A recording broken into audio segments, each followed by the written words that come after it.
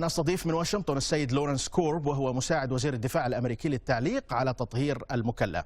Mr. Korb, it's good to have you here in Abu Dhabi National TV, and we were talking about the liberation of al-Mukalla from terrorist group like al-Qaida, and all the reports that we have regarding al-Mukalla. It says that 12 hours only took the coalition troops to liberate al-Mukalla. Now that means the coalition, they have done their homework amazingly, and everybody was took by surprise. Are you surprised so? Well, I'm not surprised because I've seen how well the forces, particularly the ground forces from the UAE, have fought with us in Afghanistan and going back to Kosovo. But I think a lot of people who do not know that really would be surprised because it looks like the Gulf countries seem to rely more on air power than actual forces on the ground. Fine. At this point, Mr. Korb, do you think al-Qaida, they will back again and they hit again after this knockout?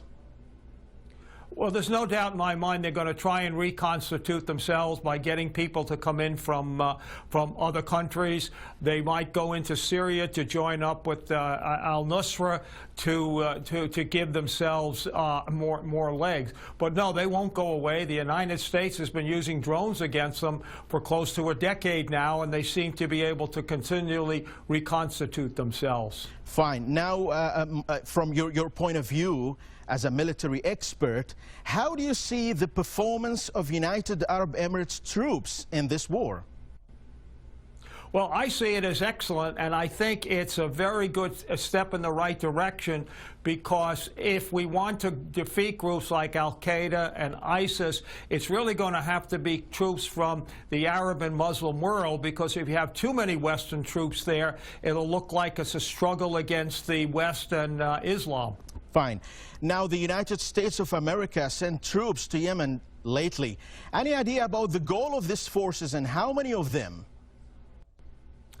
Well, the number is not public, but I would say it's about 100. And the idea is to help those forces on the ground who are fighting not only AQAP, but also the Houthis, so that we can get the peace talks in Kuwait going. Fine. Mr. Lawrence Korb, the former assistant of U.S. Secretary of Defense, thank you so much for this information.